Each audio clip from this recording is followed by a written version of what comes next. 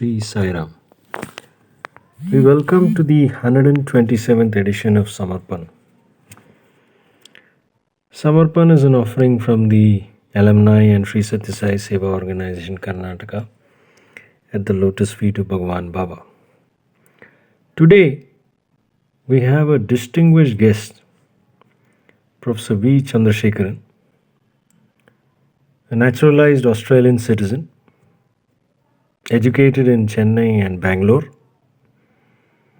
then found his fortune in computer science and software career in Australia.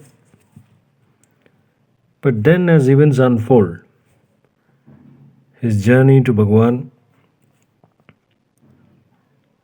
But we must acknowledge that Professor V. Chandrasekaran is a B in Honours in Electrical and Electronics Engineering from Annamalai University, 1972, and got the first rank. He did his ME in Electrical Engineering from IISc Bangalore in 1978, again first rank and a gold medal. And that is indeed a remarkable career. It was also followed by a Ph.D. So Sir had an extremely rewarding educational career followed by a corporate life. So the journey from a computer life to the computer science life in Prasanthi Nilayam, Puttaparthi. Let us be fortunate to listen to the experiences Professor Chandrasekaran has to share. And I must tell you that for someone who is so qualified, the understanding and depth and connect with Bhagawan internally, more than external, is indeed a worthwhile lesson to be emulated. So I would request all now to quickly enjoy the 127th edition of Samarpan. Jai Sai Ram. Om Sri Sai Ram. I offer my most humble and reverential pranams at the Divine Lotus feet of Swami. It's a great pleasure and honor to be with you all to share my journey towards Sai and the lessons of love I learned along the way. So, let me give a background of my upbringing as a child, the childhood days, in the school days, where I was first exposed to Swami through a devotee of his, Dr. Sitaraman. So my father used to tell, hey, go to Dr. Sitaraman's house, show your mark card and take his blessings. So I used to run towards his house, and then Dr. Sitaraman used to take me to the altar where Swami's photograph was there. The younger photograph, where Swami used to sit on a chair with the lion's neck and all, very youthful photograph with a long, big mala on his neck. And surprisingly for me, I witnessed from the photograph, one feet Vibhuti was manifesting, another feet Kumkum was manifesting. It was falling on a plate.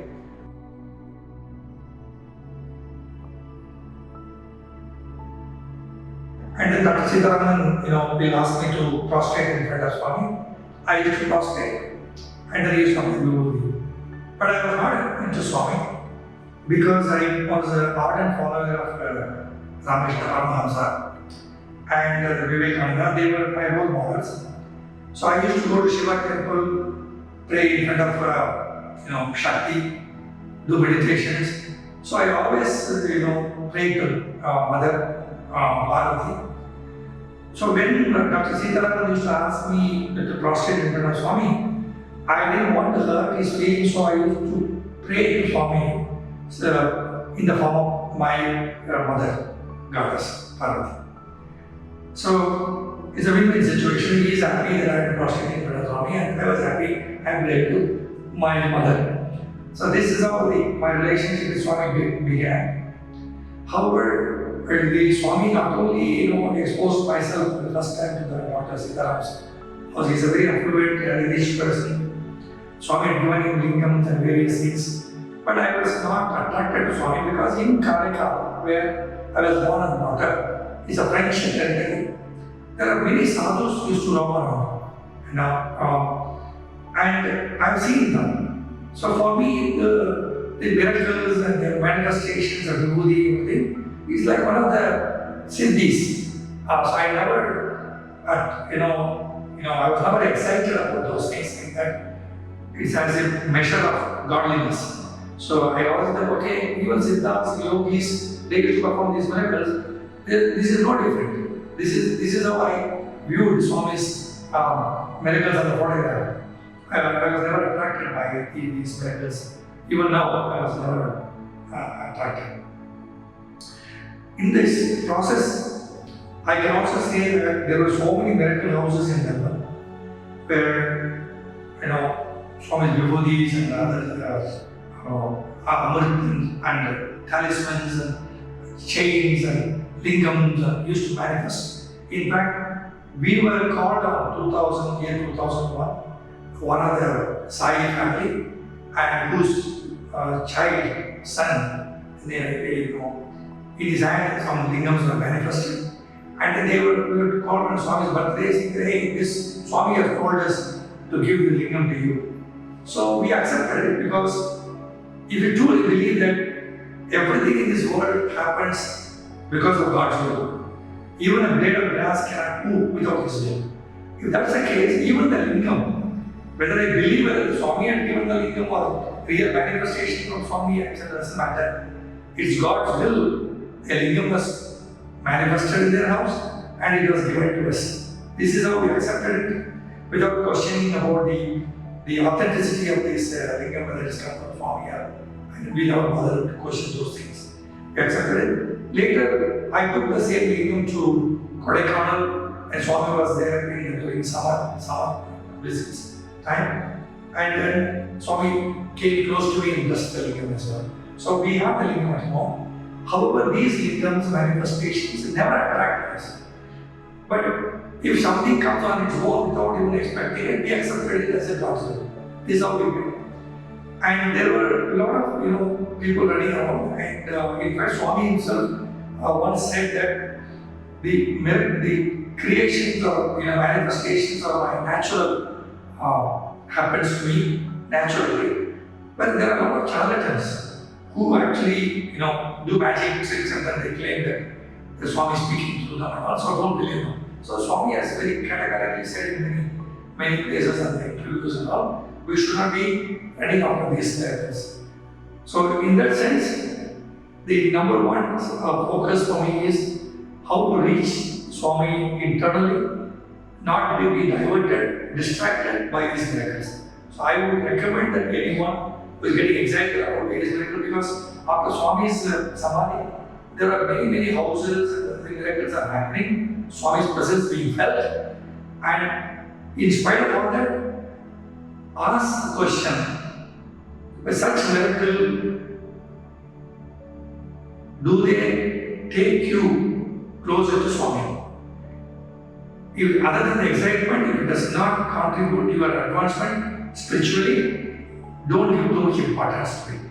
So, it is not that my intention to put down these miracles, Swami's presence, everything happens because of Swami's will. However, the importance what we deliver, it should be more towards how close we can go to Swami. This is the number one experience from my side. Second is, since I was not into Swami, so let me see how Swami pulled me into Swami's fold. So in 1991, when my wife started going for bhajans, I used to go and drop in the bhajan hall. In Melbourne, there was a church. They had taken a church for a rent. In the church, they used to conduct bhajans. And then after everything is over, they used to wind up everything, put the photographs of Swami, nicely packed up, kept it. And so the next week again, they open up the 17th. They'll again set up the mandir, everything will be opened up and bhajan practice will happen and then bhajans will be sung. So I used to go regularly to drop my wife because our house and the Samiti was about 50 kilometers away. We used to drive to the city. She will attend and she will sing bhajans. I used to sit at the back, just watching the I can say that the whole drama, where that's how I felt at those days. I never been to Swami at the time. So one day, one of the local charity people came and they said they started the breakfast program for children in kindergarten, and particularly the kindergarten, most of the single mothers who are divorced children with them. They are very, income is very poor. They find it difficult to send the children to school. So by giving the breakfast program, they were motivated to send the children to the school. So the charitable organization, Hard Work Foundation, they started this program. They wanted about 27 liters of milk. They were able to give only 10 liters donation, 5 to 10 liters every week. So there's always a shortage. So when you go to school, there are 25 children are there. You say that okay, milk is only 5 liters. So only first 10 children will be fed breakfast. Next children will go empty stomach. They can't do that. So what they did, they diluted the milk and gave the children, all the children, the breakfast.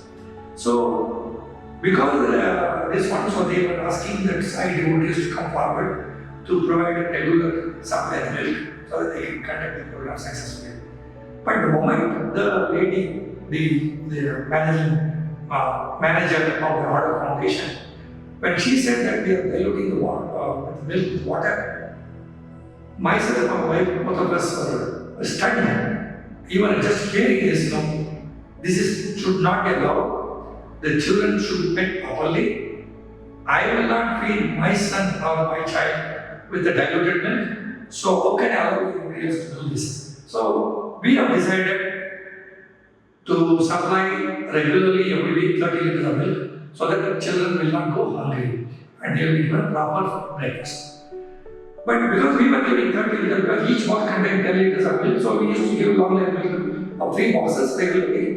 Which each costed $1, I think, those days. So it's about $30. It's not a problem for us. We were employed both of us employed in IBM. We were having a regular income, absolutely no problem. So it didn't hurt us.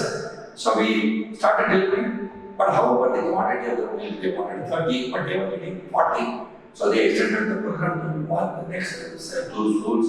Then we increased our milk delivery to 40 liters. It went on to 11 schools and put 120 liters. So we were regularly supplying 120 liters of milk. Later we decided that not to deliver the milk in the Samiti because everyone was watching it. We didn't want publicity. We said the children must be fed. There's no need for a name and fame, who's supplying and all. So we quietly found out from where this milk is going ultimately. We started delivering the milk directly to that place instead of delivering in Samiti. But we didn't want anybody to know, and then we don't want boast so that we are supplying. However, the chairperson, the service coordinator, they noticed our service, our support for the service activity. And then after the service coordinator's role was over, and the chairperson, her name is Margot, she's a Greek lady, she settled in Australia. She said, Chase, and Revati, my wife Revati, said, both of you are loving Swami, serving Swami, so much love. So we want you to be our service coordinator. I said nothing doing. I have no idea about Swami and I don't want to be part of the Swami's thing. I don't want to be part of it. They no. Swami wants people to serve with love. You are serving with love. That is enough. That's a qualification you need. You don't have to know about Swami. You don't have to know about his teachings. Just the serving with love, that is enough. So, and then reluctantly, finally I agreed to be the service coordinator. And then after becoming service coordinator, I want to know why is everybody saying that he's out there walking on the earth. So I started reading Swami's material here and there, slowly became familiar with Swami. Then I used to go regularly, with the coordinators. I used to spend some time for coffee. After the budgets are over, we all go for a cup of coffee. During the coffee time, everybody will discuss about their miracles and Swami's guidance, how Swami came in their dream. But I never used to get any dream. I always felt that I am participating in the company. So let me just read this dream story. Then, while this was going on, then I told her, hey, everybody says Swami is avatar, is God and all. So why not we go to Puttaparthi? Let us stay in Puttaparthi ashram for about a week and then experience Swami and see whether he's really God. So because I wanted to know. My wife was convinced he is God walking here, but I was not convinced. So both of us traveled to India. So during the 1 week stay, while I was going through the everyday morning darshan, bhajans and everything, I was trying to experience everything, what's happening inside the mandir premises. One day, on a Thursday, like today, Thursday, myself and my wife, we had a different opinion regarding some financial matter, and then she refused to eat dinner at the day. I was very upset with that. I made certain decisions, she didn't agree. I said, no, you cannot be angry inside the Swami's ashram, it is your Swami, you better behave properly. You cannot be angry in the Swami's ashram, you go and eat your dinner, I also have my dinner, we'll discuss about the financial thing later. But she said, no, I'm not going to have it. So then I tried to convince her and she was not giving up. So I got frustrated, I lost my cool. Then I told her, okay, if you are not going to have your dinner, so I will also not take my dinner. I don't want to keep you empty stomach and then go and have my dinner. So I'm not like a stone-hearted guy, leaving Whitefield empty stomach and go and eat. So you are not eating, I am also not eating. So let it be for fasting for Swami, because today is Thursday, it is your Swami's day. So let it be fasting for Swami. Very angrily I told her I didn't eat. Both of us didn't eat. So next day morning I went for darshan. So, and then after darshan was over, those days there was a book shop just opposite to women's canteen, ladies' canteen of South Indian canteen, opposite that. So I went to the inside the room to buy some books about Swami. I came specifically to know more about Swami, why everybody calls him as a God. So I wanted to experience him. But so far I only visited, bhajans are already going on, I had darshan of Swami. I not experienced Swami as a God. There's nothing to show that I have really experienced him as God. So I was hoping that something will happen. Then at that day morning when I went inside the bookshop, I tried to buy some book. I don't know what to buy. There are so many languages, so many books, and I didn't know which one to buy. So I put my hand on the bookshelf. I went on feeling the books. Suddenly one book I felt very, very comfortable, very warm in my chest. In my heart. So I picked the book. The book was called Gems of Wisdom. It is not properly bound in paperback, 50 rupees. Not even the Swami's photo at the front, only the outline. Back to the Swami's lotus feet. So I said, why did I pick up the book? The book is doesn't look nice. So, but anyway, I picked it up. So I asked Swami, is this the right book for me? I asked the question. It's about 456 pages, the book. So I randomly opened the book, the page 317 came. I randomly read a paragraph. In the paragraph, it was written that the Lord looks for sincerity and devotion of the devotee. If you are awake on a Shivratri day because you are sick, it will not win Shiva's fervor. Because you didn't contemplate on Shiva. You were sick on a Shivratri day. Obviously, you do not win his blessings. Next line. If you fight with your wife, if you quarrel with your wife, and if you don't eat the food for the whole day, it is not considered as a fast.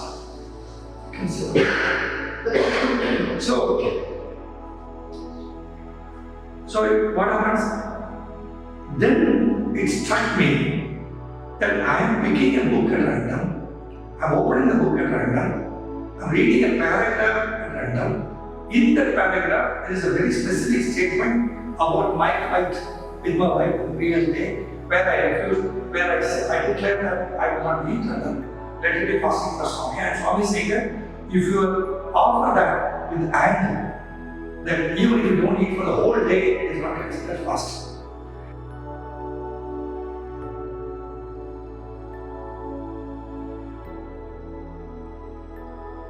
So that moment, I realized that he is Antaryami.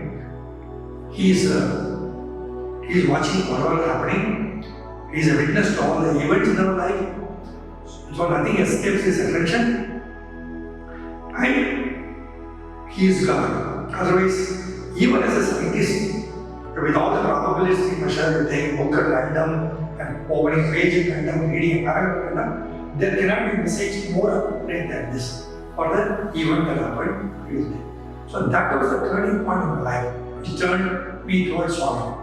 So it was really a moment of it's a revelation that he is the God working there. So there was no turning back after that. Subsequently, one of our close friends, her name is Connie Sims. She lives in Queensland. She's the ardent devotee of Swami. Every year, August 18, her birthday, she will somehow save money. She is a cancer patient. She most of the time in the wheelchair. She comes to take blessings from Swami every year. She used to come. So on the day in the year 2000, after I became service coordinator, after being visited, she came. So she and her son Andrew, it's a tall guy. Both of them ended up in Prasanthi Nilayam. So she was sitting in the wheelchair. As usual, Swami, when he came for darshan, he saw her, called her for interview. Invariably, Swami every year, when she comes, Swami called her for interview. So that year also, Swami called her for interview. In the interview room, Swami blessed her with so many things, and then the Andrew got up and said, Swami, in the typical Christian tradition, they always say they think God is separate, He's in heaven. So they always go to the Father at the church and ask for pardon. So to pardon their sins committed.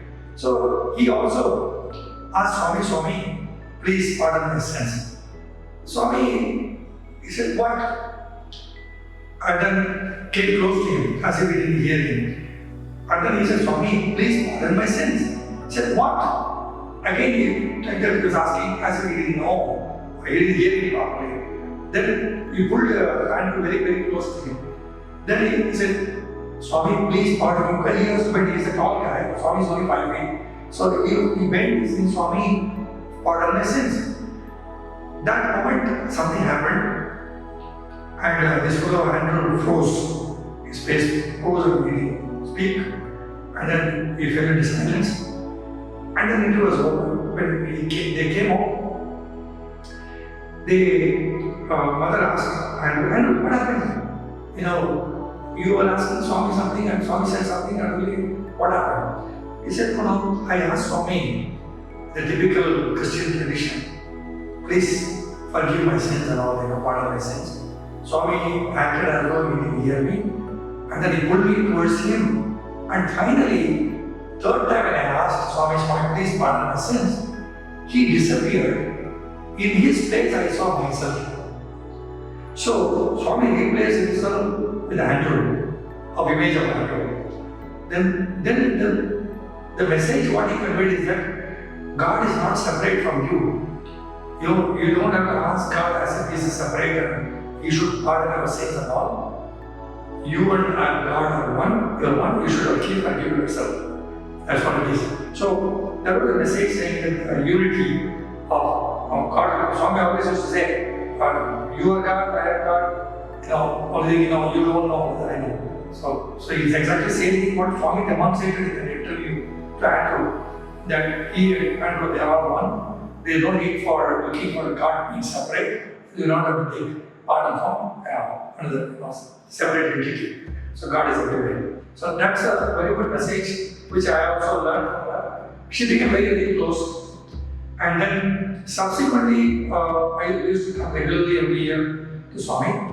One of the years, my wife and myself we went very deep into Swami's activities in Samiti. Then after 2 years of my doing service coordinator, then I became a spiritual coordinator. The spiritual coordinator, you need to read about Swami's literature, you have to do in a Valmi class, you have to conduct bhajans, practice. All those things I was engaged, so I was even more deeply rooted in Swami's things. And so that's what happened to me. During this time, We slowly discontinued our relationship with all our friends in Australia, whom we know for many, many years. We slowly, our activities, our party times, all those things are disconnected. We are hardly seen in the group, in my friends group. We are most into Swami's service, running around for Swami, going out in the winter time, giving blankets, giving food to all those people, homeless people. We were very busy with those activities. So we never got an opportunity to go and meet partners. So one such occasion in the year 2001, I think, my friend's daughter, she was doing Bhagawan Aragatram. So then he invited us, hey, you will not come, you know her from right from childhood, so you better come and attend the graduation ceremony. So myself and my wife, both of us went. First half of this program, the wonderful program, my wife dressed nicely with the silk saree and all the jewelry and all that. Very nicely dressed because after a long time she's meeting all the friends and all. We had a good time in the interval time. We met a lot of people. So after the interval, we went back to the program. There were 4 dance programs. The Zoom was over. During the time, my wife was saying that, I'm feeling little head is spinning like that. I told her, see the auditorium, Monash University auditorium, Alexander Theatre. It can accommodate almost like 800 people. Very big auditorium. So in the auditorium, because too many people are there, it's oxygen, could be less because everybody is breathing inside. So I said, take a deep breath, you should be alright. Before I could say that, her head went like this. Her eyes opened up. I touched her, there is no pulse. Lost the pulse also. Then I don't know what to do. I completely froze. And just imagine that a calamity is striking in front of your eyes. I could not call out to Swami. So I froze, I didn't know what to do. I was shaking her body saying, hey, don't leave me and go like this. I was shaking her head and body was swinging, but no response. Immediately the neighbors saw something is happening, so they stopped the dance program. The doctors came running. Some people told her, put her on the floor. So we put her on the floor, on the steps, the auditorium steps. And then doctors checked the pulse and everything. Gone. So more or less declared dead. Then somebody called the ambulance. So the ambulance came, and then they were taking her body to put it in the stretcher. Just trouble. The time was on. So she got up saying Sai. So we were surprised because until such time she had no pulse, nothing. So it was quite some time, almost 4 minutes. The ambulance generally comes in 4 minutes. With the halls going on, so maybe 10 minutes, I don't know how long it took. Ultimately, they took her to the emergency and they were investigating what happened to her. There are a lot of theories over the night that she may be probably having a cancer in the lungs, there was fluid in the lungs, so there was cancer. The cancer has gone into the heart stopped. Because the heart stopped, the oxygen in the brain stopped. So because of which she fainted. There are all sorts of theories. So I was wondering, so 1 minute our life was going normal. And next moment my wife was almost dead. And then she come back and then all sorts of theory. What's going on in my life? It's completely shaken up. And then I went back to my house. I drove 50 kilometers away back again. I did a prayer. I came back to the hospital. And she was discharged. She was standing in the road. I asked, what happened? She said, no. Whatever the symptoms they saw, they all disappeared. They couldn't find anything now, so they told me that is unexplained reason you can go home. So they have disappeared. Then immediately the Swami's hand has to be rushed in Puttaparthi. It was a Guru Purnima. My wife was sitting in the Revati was sitting in the crowd because those days we were not serving Swami. So we were the general crowd. And Swami came to a student with her and took the letter. Where she said she thanked Swami for saving her life. So we knew that the Swami's hand only helped her. And so that was the moment she decided, and both of us decided that there's no point in hanging around in Australia, we should go to Swami. So in 2003, we came to visit him on the Shivratri time. We had a wonderful darshan of Swami. Swami that day we manifested two lingams.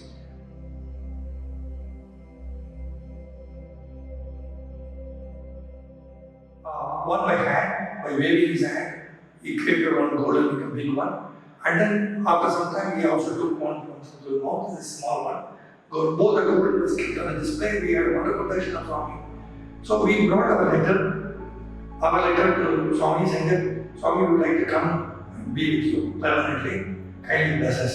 So our letter was written, and at the same time, our friends, four ladies, the Carnisians whom I told, she has given a letter, and another lady was in the wheelchair with the multiple sclerosis. She gave a letter. Another lady who is a Sri Lankan lady, she is a polio attack. She gave a letter. Another Muslim lady, her husband divorced, and so that ended up in a mess. So she gave a letter to Swami. So these four letters also I took, and then along with our letter, we tried to give it to Swami. Swami will look at us. You look at me, you will not take the letter. So after a few days of trying, then something struck that maybe our time has not come. So because of this, Swami is refusing to take their letter also. So they are going to need immediate attention because one is a cancer, other is multiple sclerosis, other is a polio, other is a diabetes. All sorts of problems are there. So I think it's better. Swami blesses them.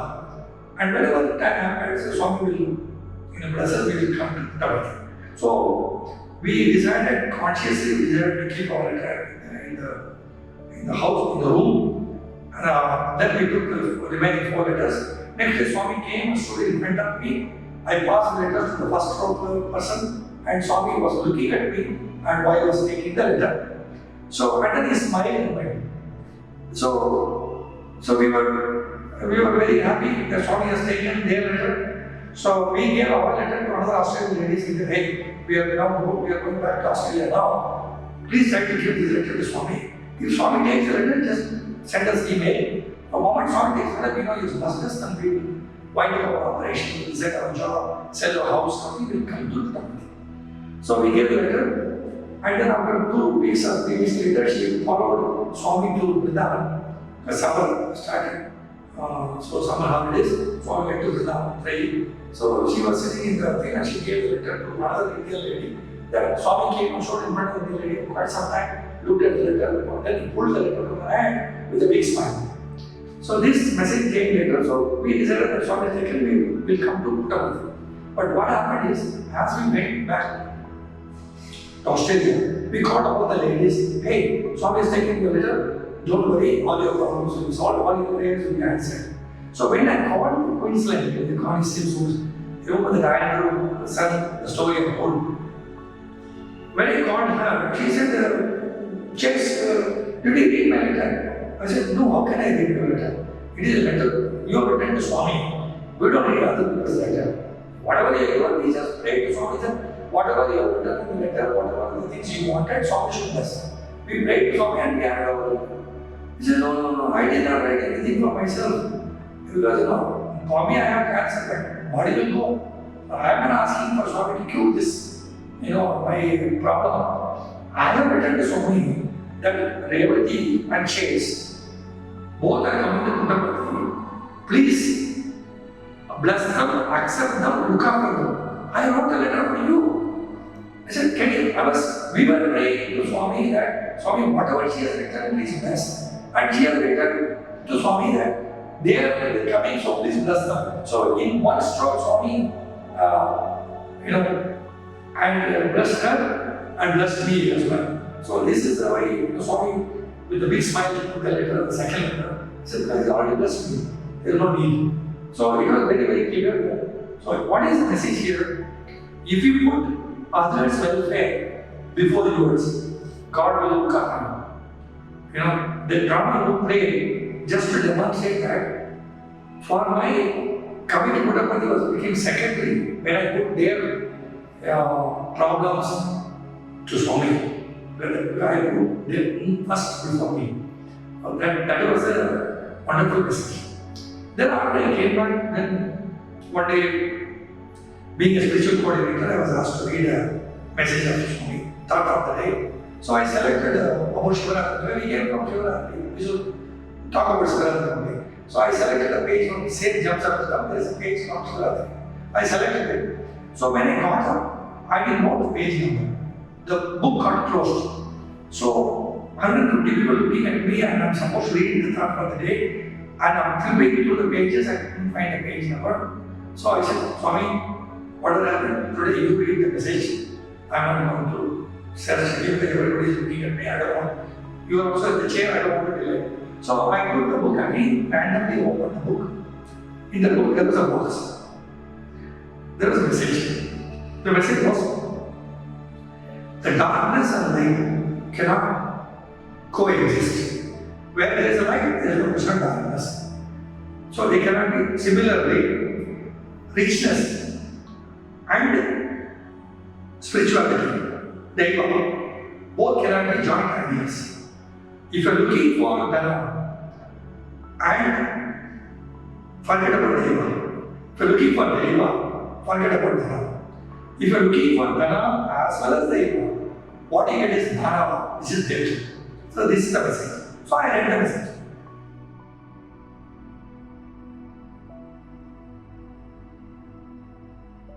I should give us a little background on this because the moment we knew that Swami took our letter. In Australia, you can retire any time from 55 to 65. My age at that time was 53, 52 and a half I was running. So there was a bit of a desire. Why not work for 2 more years? So save some. Every Swami has blessed taken the letter. So why not save some more money? So we can do, more service, spend the money, for helping people. So why not save some more money and then go to put up with it? Then suddenly thought will come, no. Swami has taken the letter, you ask for it, you should go immediately. After a few days, again, for 2 more years, the mind was actually swinging between these two like a pendulum. But when this message came, it was very clear by Swami saying, hey, if you want money, forget about me. If you want money, because you want 2 years, you want to save money, and then you want to come and be with me, then what you get is devil. Dana and Deva, want both. What you get is Dana. So it was very, very clear. This message was for us, and it is Swami specifically selected the message that if you want me, just pack your bags and come. So immediately, without second thought, we put our house on sale. We sent a fax to Swami. Swami, we are coming by end of January. Please help us to sell the house. October 18, 2003, we put the house on sale, auction day. Many people came, but price was not right. Almost $60,000, lower than the minimum price we need. Because we have to finish the mortgage, we need some money for our living also. We are not getting that money. So we don't know what to do. But the agent was pressurizing, no, market is down, please sell this one because you won't get this price. No. I said, no, there is something in this Swami doesn't want to sell, so we will not sell, we'll sell it. So after some time, we found another agent. He said, no, Christmas time nobody will buy, after Christmas we'll see. So after Christmas, January, my wife said, we already sent a letter to Swami that we are going to be by end of January. So I am going to go, sell whatever we can sell in the house, remaining put in a container, I am taking it and going to put up with it. So she packed her bags, she came in the container to put up with it. I was sleeping on the empty house, on the floor, waiting for the house to be sold. On February 18th, on Shivratri Day in 2004, and the second agent called me and said, hey, there is somebody who wants to pay the minimum price. Whatever the minimum base price you said, is ready to pay. If you want urgently, reduce $30,000. If you are ready to wait for 6 months, you will give the base price. I said, we don't mind waiting for 6 months. So please sign. So we signed the dotted line. On 1st of March, we wanted to resign because 18th is happened. We sold the house on 19th, signed the papers. So another 10 more days. March 1st, if I resign, 1 month notice, I can come here on April. So here will be, anyway, it's summertime, schools, colleges are closed. So during the 2 months, I can settle down and then look for a job or sell this opportunity in Swami's institution. So that was our plan. On 25th of February, IBM called me. Said, James, your project we are shifting to India. And so you cannot go to India, there's a problem. So we will give 1 month for you to search for a job in IBM, other divisions of IBM. If you can get the job, you can continue to be as IBM. If you cannot get a job, we will pay you a package. Package? If I sold the house on October 18, 3 months time I would have got settlement in January, I would have resigned the job in January, I would have walked out by 1st of March. Whereas I would not have got even 1 paisa from IBM. Whereas Swami delayed. And 25th of February, IBM is coming and telling they are going to give me a package. Because it is not my fault they are closing down my division because they are shifting to India. So they are going to compensate me. So at the end, both of us, me and my wife were working for IBM, we got a compensation. The amount of compensation you will not believe it is the amount which I otherwise would have earned by working for 2 more years. And after paying tax, whatever money you would have saved, that exact same money came as a package. So when we put God first in our life, like that, God is the one, forget about the money will come any time. God organized the money for me, which I never expect. So in the life, the message was very loud and clear. Put God first, put others next, put you last. If you follow, the divinity will take care of it. We have a direct connection with Swami. So I'm going to give some few incidents in my life. How I was able to connect with Swami. Not directly, physically talking to each other, but internally. So even today, I'm able to pray and communicate with Swami, seek his guidance, and then at the right moment, the guidance comes. This is how it's happening. For example,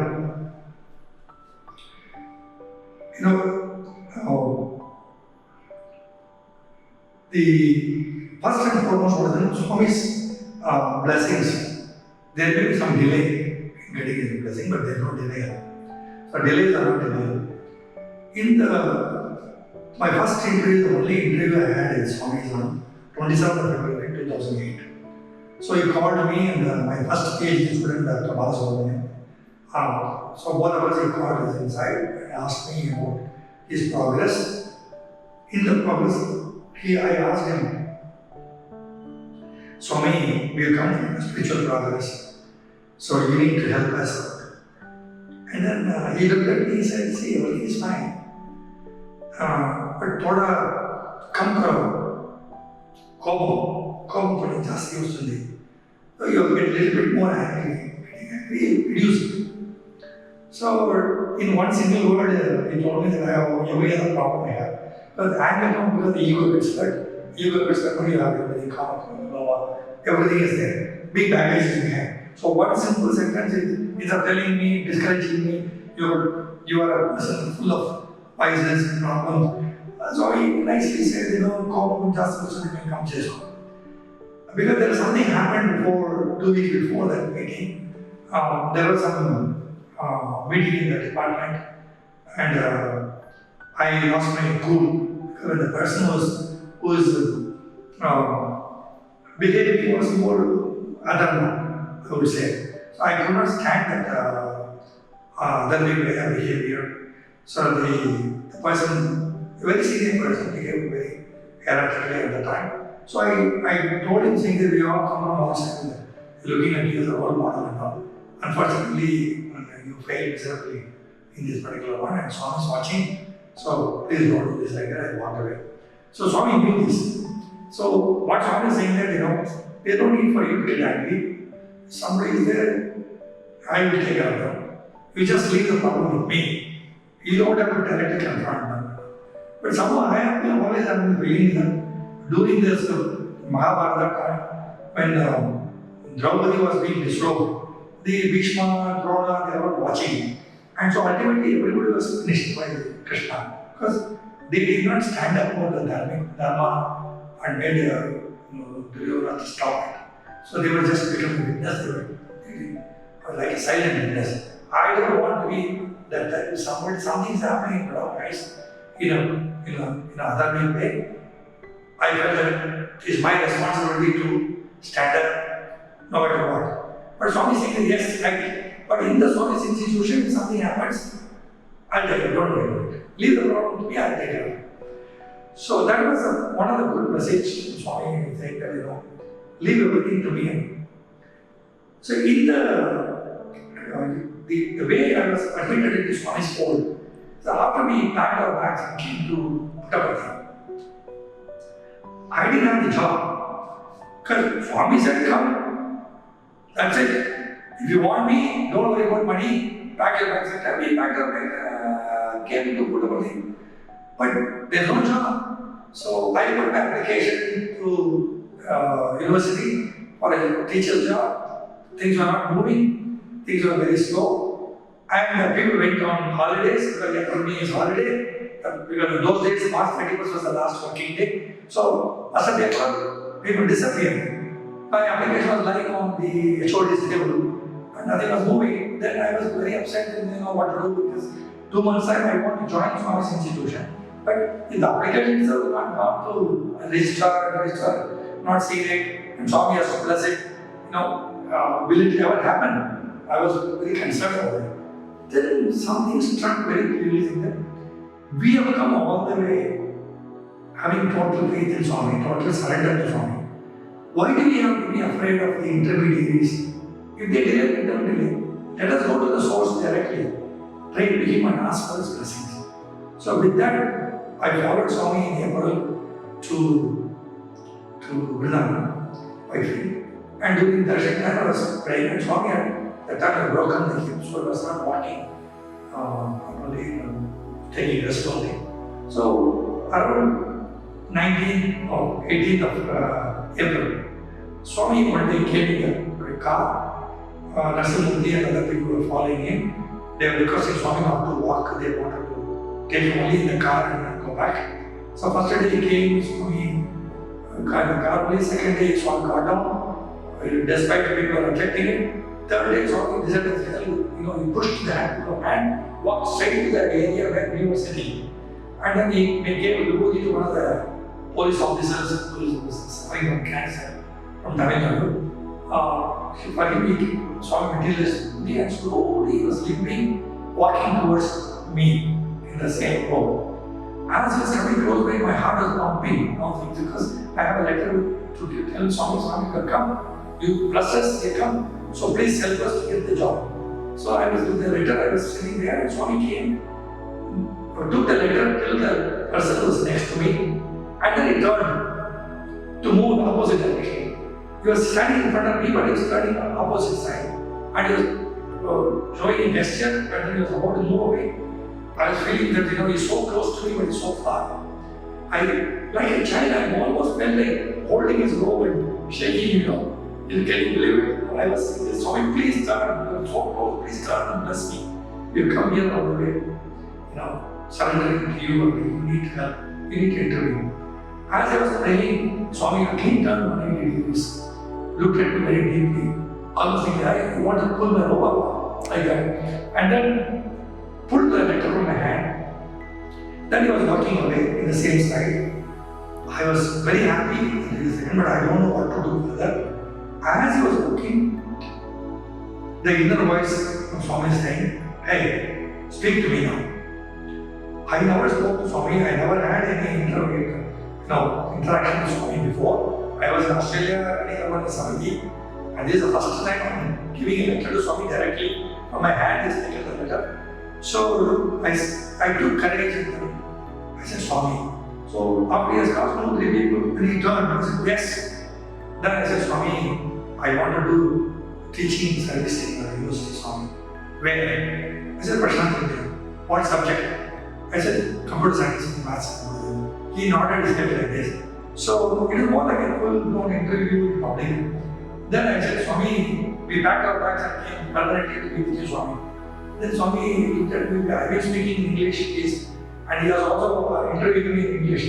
And then he turned towards me and then told me in Tamil. From Santosha in Tamil. So then I said, and then I was very happy. But I didn't hear Swami. I said, Swami, they are waiting for your blessing. Swami, my sons are waiting. Could you please bless? He said, I will tell them. But I didn't hear Swami because Swami spoke very softly. I didn't hear. So then when the darshan was over, I was walking towards Gokul for my breakfast. The second seventh walked around me. He said, "Sir, you like this Swami?" I said, "No, I didn't like this Swami." He said, "You said you are an Australian, you are an Australian, you are Indian. You know what you are in Australia and you came from all those things." I said, "No, I'm really an Australian citizen, natural citizen in Australia. We have come for good to be Swami." And then I said, "You are there?" I said, "Yeah, I am in charge of that bay where you are sitting. I listened to the entire conversation between you and Swami." I said, "What did Swami say?" Because I could not hear that one particular statement. Swami said that he would tell Vice Chancellor. I didn't hear it. He said, "No, Swami said he will tell the Vice Chancellor." That also Swami cleared. So good thing happened is Swami has told the Vice Chancellor that S.P. Girikaru was the Vice Chancellor, and S.P. Girikaru called me, asked me to come to the Brindavan.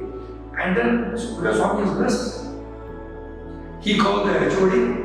Within 5 minutes, from a register office, HOD table, my application from the table went to Vice Chancellor and got it approved. So I joined Swami's board on 1st of June, like everybody else.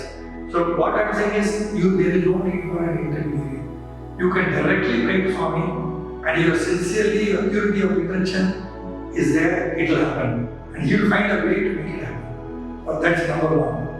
Then subsequently, during this scenario, I didn't take Swami's Namaskar. I gave a letter, I could easily take Namaskar there. I didn't take it, it didn't occur to me. So I had a darshan, I had sambhashan, but not darshan. So everybody is saying that, if you get darshan and sambhashan, your life is ready. For me, that, oh my God, I missed that darshan. So I was praying, Swami, when will I get this darshan? So one day what happened, as Swami was sitting in the chair, I was sitting in the veranda, second row. And Anil Sir was talking to Swami on the left side. And as Swami was sitting, there is a fly came around and sat on Swami's hand, looked at Swami with the wings flapping. So I watched the fly, I became so jealous. That this fly is sitting on Swami's hand, having darshan. He's looking at Swami, he's having darshan, and doing something, maybe he's having sambhashan. So this fly is having all the three. So, the fly has wonderful, grace of Swami. The fly is getting all the three, and I am not good. So immediately I borrowed a paper from my neighbor, saying to Swami, even a fly can have the grace of all the three. What about me? Only one line. I kept it with me, I went on playing every day, SSSIHL, chanting, every day holding the paper. 10 days passed, Swami used to look at me, never took the letter. So my mind said, okay, one day Swami will take the letter, and then like anybody else, one day he will read the letter, and sometime, whenever something he feels, he may call, say, Bangalore, he may tap my cheek and then bless me with Namaskar. This is the conventional way of thinking that somebody taking a letter, reading it, acting on it. This is my way of thinking. After 10 days, while I was sitting in this one job, one of the professors soon, he was an elderly professor in the physics department. Hey, Chase, you are sitting at the back for 10 days holding the letter. Why did you come today, friend? I will go back. This corner, you sit there, Swami will come, you hand over the letter. So I said, okay, this also Swami's will. So I went and occupied his place. Then as Swami came in the golf cart, Swami got down, beautifully dressed, nicely dressed. Fantastic, glowing. As I was standing there, I was playing Swami with that letter in my hand. Swami, when you bless me with this question. So Swami looked at me, little known. So we are very, very sensitive to his signs to understand that he is calling you. Otherwise, you'll miss a wonderful opportunity like that. So immediately I went to Swami and knelt in front of him. I gave the letter. So my mind was saying, Swami will now take the letter, read it, and then bless one day. As I was thinking, Swami took the letter in left hand and extended the right hand to me. I didn't know why Swami is extending the right hand. And then the voice within said, hey idiot, this is where the fly was sitting. You are jealous about it, I'm giving you, take it. So immediately, with tears in my eyes, I took the hand of Swami, kissed his hand, and I was over the moon. So there is no need for Swami to read the letter. The moment he put a pen down, he knows exactly what you're going to write, and there is no need for you. And instant gratification. Not like that, you read a letter and one day he call you. No. On one hand he took the letter, the other hand he blessed me with the inspiration. So that was my wonderful scenario. So when you pray to Swami, he will go out of the way to, and all communication internal. There is not a one word spoken. Everything was internal. I was praying to Swami, I was writing a letter to Swami, and Swami blessed me with this. Then subsequently, we went to the following year. I went to Brindavan. So during that time, it was raining. One of the BSc student, mathematics student, he was joining MSc. We were planning to join. His birthday was 29th of May. So he had to come, and his mother and we were all staying in some hotel. It was not good. Their bathroom was downstairs. There was no for them to take even bath for a lady to not have to time. So immediately myself and said, hey, why you are running around here? Why don't you come and stay with us? So he came to the flat which he had in Whitefield. He stayed with us. On 29th morning when he got up, his birthday, and then we wished him happy birthday and all. He was having a train to take to Swami with him. So he did bless by Swami. So there was a Vibhuti manifestation in the house of Swami's forever. So that was the first blessing. I never seen a Vibhuti manifestation in my house. I never believed in it, first of all. But this first time in my own house, a amount of Vibhuti has materialized. And Swami's forever. I said, hey, Bhagawan, Swami has blessed you on that. Even that I didn't think that it was a blessing for me. I always thought that it is a blessing for him because he is the one who's going to Swami for his birthday. So I said, see, Swami has already blessed you in the morning with Vibhuti. And then, so on that day evening, he had his Namaskar. At the same time, I was also sitting outside when Swami came on praying, going to the darshan. Myself, my student, Sitaraman, and Sudhir, the other students were there. I was sitting there. Swami came and while the others were giving letter, my first Namaskar was given by Swami on that day. Proper Namaskar.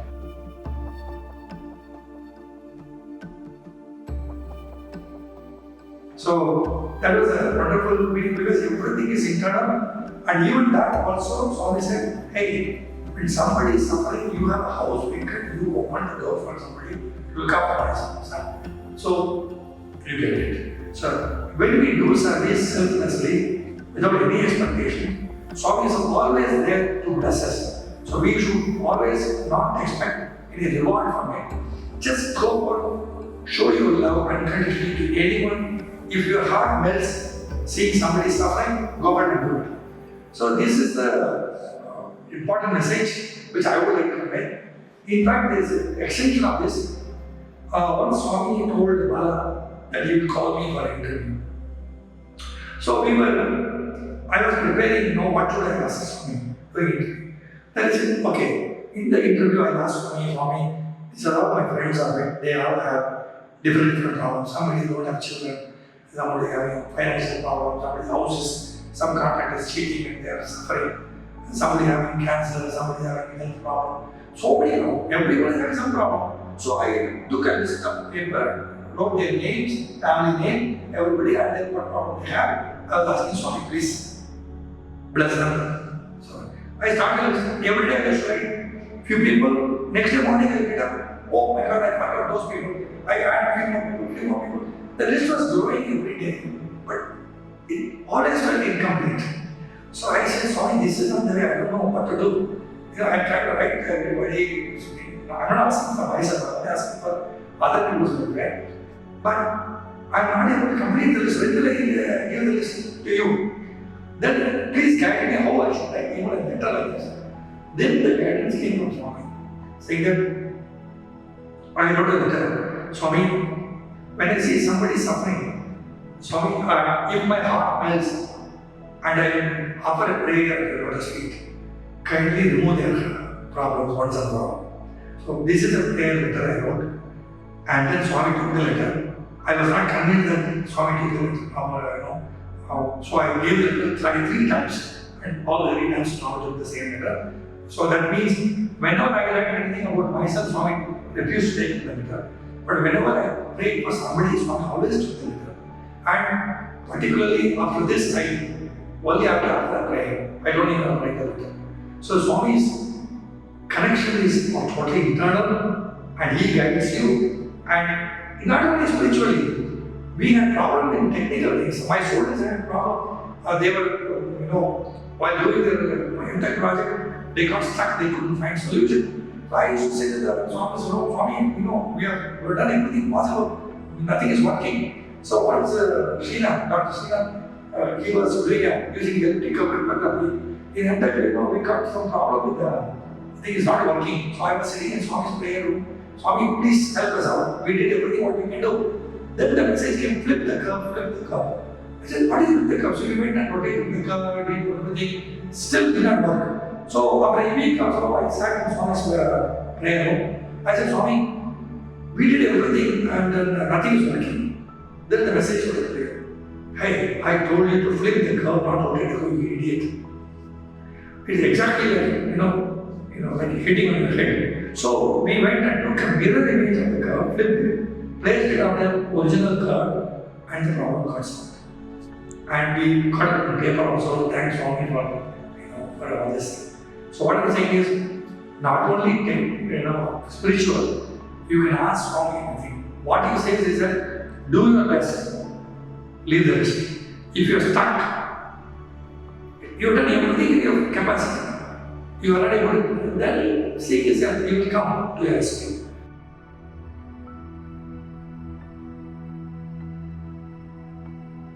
So, always put God first, put others next, put yours last, and you can communicate with Swami internally, he will guide you as for long as the intent for which your praying is pure. If you're having some personal things mixed up there, some ego satisfaction and all the things that it will not work. So for this I will tell you about this. In Australia, Melbourne, there was a problem with the water shortage. So one of our child devotees from Sathya organization, international organization, his name is Dr. Chandrasekaran. He came to Australia. He said, oh, we had the same problem. We did a Varna Puja. Before we could even put the yaga, it was pouring down, torrential rain came. So we said, why not we do that in Melbourne? So we found a lake which is hardly 10% of the capacity. It was feeding the Melbourne city. It has become very, very low level. We went there, pitched a tent. We did all Sarvadharma prayer, Muslims and Saurashtrians, and everybody came. We offered all the prayers. So the whole day prayer was there, children were playing around. Finally we went, prayed to Swami, please do it praying for everybody's welfare. As we were coming down, suddenly the dark clouds started forming and some drizzles were happening. No, we were very happy. Oh my God, rain is going to come, but it just drizzled and disappeared. So I was a bit upset. What is this, Swami? Only drizzle. But I went to Mandir, went back to Sathya. And for 6 months we didn't hear anything from him. After 6 months there was a phone call from that community called Hilton. The lake is called Hilton. Hey, Hilton community called us. Hey, come and give Thanksgiving prayer. I said, what is the way we do Thanksgiving prayer? There was no rain. So, don't you know that after people did the prayers, it was raining cats and dogs on the mountain and the lake got filled up to 60%. So that time we realized that when you do these sincere prayers for the welfare of the community, the Swami will bless you. But not necessarily the rain has to come on your head, put your ego up, saying, no, we did it. You prayed for the common good. It did happen. It rained in the right location, the mountain, lake got filled up. So whenever we do any service, we should not have even a trace of ego. Because Swami is the greatest ego destroyer. So we should always pray to Swami that Swami, please guide me and total feeling of unconditional love, a selfless service we should do. So this is the next message which we got from Swami. How much time now? Yeah. What I want to talk about, one very important aspect of how do we conduct life when Swami is not here. what do we do? How do we cope with the pressures of life? For example, two incidents happened. One is about a family being childless. We are childless couple, we don't have children. But we we have done everything possible medically to see whether we can get a child. So everything ended up in a failure. So we went through a lot of turmoil, family, people poking their nose into your life, so many tensions and problems. We went through all those things. At the end of the day, when we came to Swami, we accepted all the Swami students as our children. We were very happy seeing them doing well in their exams or great things about them, bringing them up a good character and technically capable and having good character was giving immense pleasure to us. So we were totally, anything the students would ask, we never bothered, how much it cost. Some students said, I want to send a payment to a conference, it costs $400. We never bothered because it's Swami's money. Swami would have given the money, let it be spent for Swami. So we never bothered about spending money on Swami's welfare of the students and their contribution to the technical advancement as well as building their confidence. Swami says, to be confident, self-confidence is very important. So when we were doing all this, one day, then I was, Swami in 2009 made me as an HOD. Then one day Swami in the mandir called all the staff members of DMACS to come to get a blessing. So everybody, all teachers, one after another went to Swami. They took the Namaskar and Swami inquired about them. So being an HOD, I went, sat next to Swami. I could have taken the Namaskar, walked away. I decided that this is a wonderful opportunity for me to be sitting close to Swami. Why not I sit there until all people finish and finally take the last Namaskar and then take leave from him. So while I was there, everybody has come. So I was about to take Namaskar when Professor came running. So Professor Chandrasekaran, he came running and then the Sai Sat school, Tabla player, he said, no, introduce him to Swami. So I didn't know that he was actually, Swami is very close to him, Swami only married him. And he has traveled with Swami in Chennai, in car, Swami's car, all of them traveled together. So I had no idea about the relationship he had with Swami. So as a HOD, I said, Swami, Professor Prakash is working in the maths department. So Swami looked at me and said, little bit of glance. So I know, I have some I didn't know background. Then Swami said, asked him, hey, how is your family? And then how big it is and all those things. And Swami said, there are only two people and all. He said, what about children? Swami asked. Then he said, Swami, we don't have children. Then he said, Telugu Kavali, you want it? Then he said, Swami, it is your will. So he told. So while I overheard this conversation, some inspiration, I put my hand up. I did like this. Swami said, oh, you don't have children? I said, no, Swami. Then before the Swami would say that, do you want children? I thought he'll ask, I expected that he'll ask me, do you want children? Like he has asked him. Then I said, please, Swami, we don't want children. Then he looked at me, said, we are very happy with your student. They are our children. We are very, very happy with them, Swami. We don't need any children. Then he looked at me, gazed in the corner, somewhere remote. Then he looked at me again and said, those who live in the world like Pravachatla Undavadakam, so they need children. For you, Odhu. Means you don't need children. You don't need it.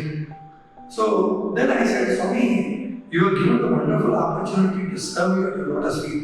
What else do you need, Swami? I just growing as if we know each other for ages, eons. And Swami looked at me, smiled and gave me Namaskar. So what it means is that this is a message for all the people who are not having children. It's meant to be like this. We have been given certain path to walk through certain trials and tribulation, but it's only for our good. It's God's decision. So because some people want to go through worldly life, they have to, they educate the children, they have to bring them up, get them married, and there are different types of progress, spiritual progress they have to go through, different difficulties they have to go through, different tensions they have to go through. Whereas that's not required. So maybe we've gone through all those things in the previous lives. So those who don't have children, now my message would be that accept it, it is for our good. The Lord knows what is good for us, and there is no need for us to have children. Children is not a because we only have one problem, that we don't have children, and people who have children, they have multiple problems. At least that way we should thank Swami. So this is number one. The second aspect of this one, what I want to convey is that, Swami has time and again made the impression that the life what we live is a dream. So in this dream, when you wake up from the dream, everything is gone. So there is no need for us to run around for saving money for the future, so many things and all. We need to be, seeing our desires, understand this. When you wake up from this, the dream is not going to disappear.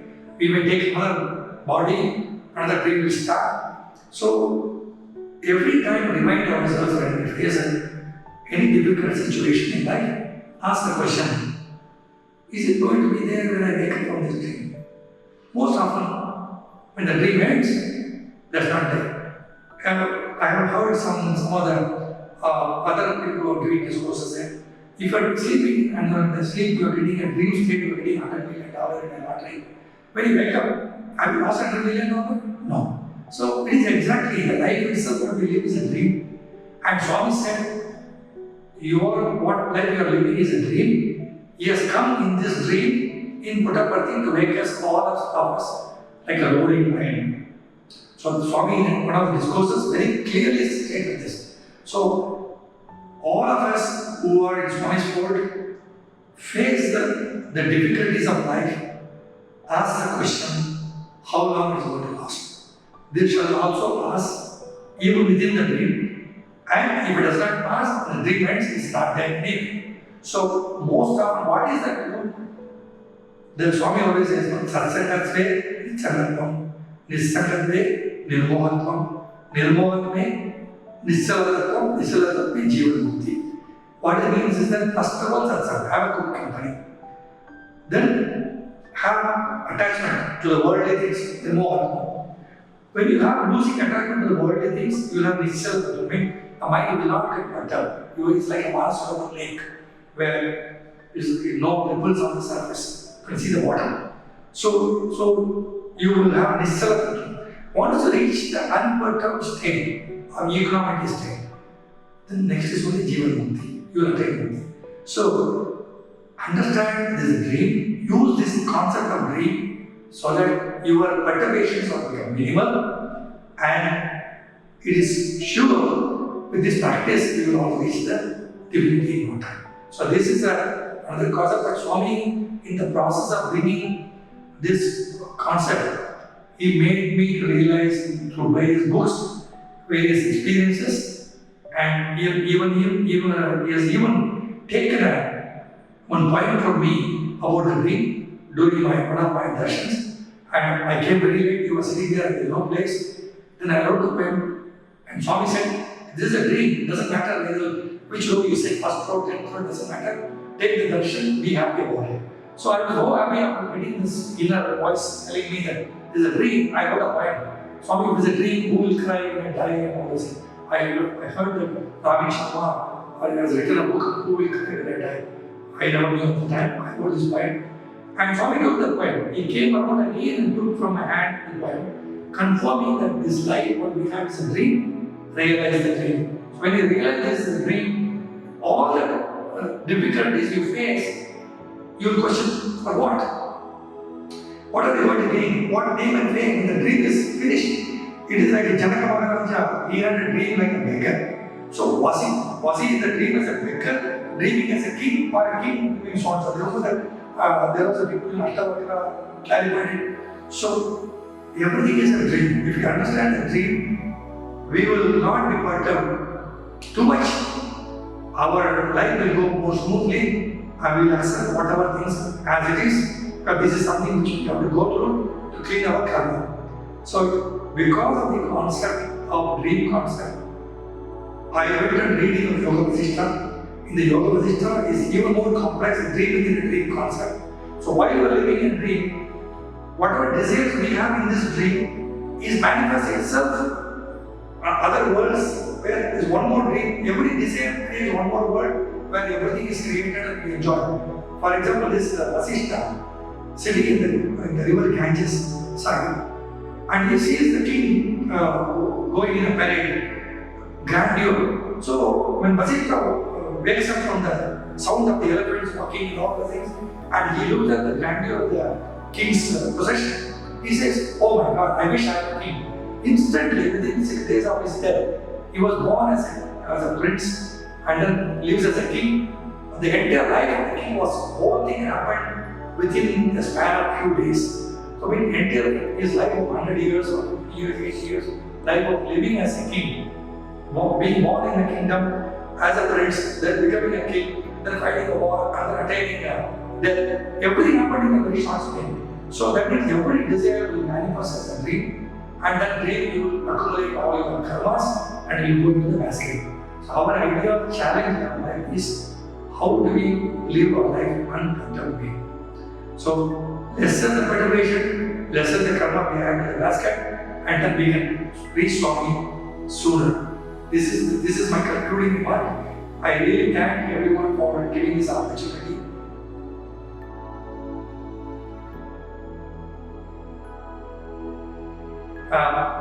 And then maybe so much to talk about, so much experience within the limited time. I think the message what Swami has made me convey, and I'm very happy that Swami made me as an instrument to speak what he wanted to speak. Thank you very much, Sai. Thank you, and Sairam, Professor Chandrasekaran. I think it's your talk set us thinking whether faith is logical or how logical is faith. But some of the experiences shared were indeed very, very remarkable and deeply thought-provoking and connecting. The gesture of fasting in anger because wife was not eating, and how through the gems of wisdom Swami clarified that the fasting done with hatred is not the real fasting, was a very, very meaningful connect. And it was a lesson we will all cherish, that if we have to fast, we must fast, but to conquer the anger, not fast with anger. The most simple and innocent gesture of serving 15 liters to 30 liters of milk, which slowly increased up to 120 liters of milk for the needy and poor, and the society recognizing that gesture, was another very, very touching experience for us to emulate and follow. Another remarkable thing to note was whenever you wrote a letter about devotees and their families with their names and their problems they faced, and it was amusing also to read that the list was endless. Swami accepted those letters and blessed it, whereas anything written on one's own personal life was not accepted. This was also something worth cherishing, and how Swami encouraged the negative to be suppressed and how the positive should be always enhanced. Another very wonderful experience was, which is more relevant today for the climate change scenario which the world is engaged now in, was to do the Varaha Yajna in Melbourne near a lake, and it was only a slight drizzle. But after 6 months, when the community congratulated you saying that the lake is full and it rained and poured heavily in the mountains, was another beautiful experience for us to cherish. That, when the Sanatan Dharma tenets of when you live selflessly and you get blessings in abundance was again proven by this wonderful experience of yours. Also, your personal experience in 2004, and I think when you first met Bhagawan in 1962, and to later connect maybe after 4 decades physically with the same Lord was another amazing time frame to note. And this blessing, of Swami trying to asking you to reduce your anger so that, we are able to face life and all its difficulties and situations. And another important facet which Swami shared was even if you see problems around me or inside my organization or ashram, you just leave it to me, surrender it to me. I will take care of the problems.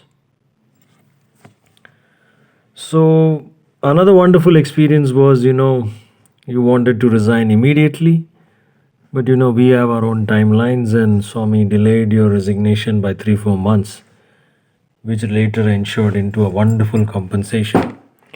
And Swami's timing and numbers is immaculate, and whatever amount was to be given coincided with the delay, and it was enough to take care of your interests and well protected, which Swami takes care. So after a remarkable career both in the Annamalai University and IISc, then an equally rewarding career in IBM,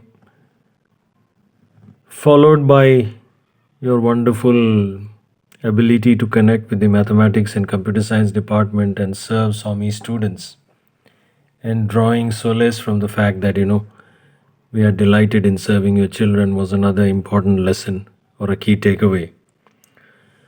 So as the 127th edition of Samarpan draws to a close, we must all come to this very important teaching that it's very, very essential to connect with the Lord inside. He is always there to increase and respond to our selfless prayers for the society at large. And we thank and pray to Bhagawan Baba to bless Professor Chandrasekaran and his wife with a long life and health and service to Bhagawan. And may this 127th edition of Samarpan bring joy, peace and more connect with our dearest Lord. And I take this opportunity to wish everybody a very happy 2021. Though the disease has wreaked havoc, we pray to Bhagawan that the new year in 2022 and this 127th edition of Samarpan brings joy, hope and peace. Jai Sai Ram.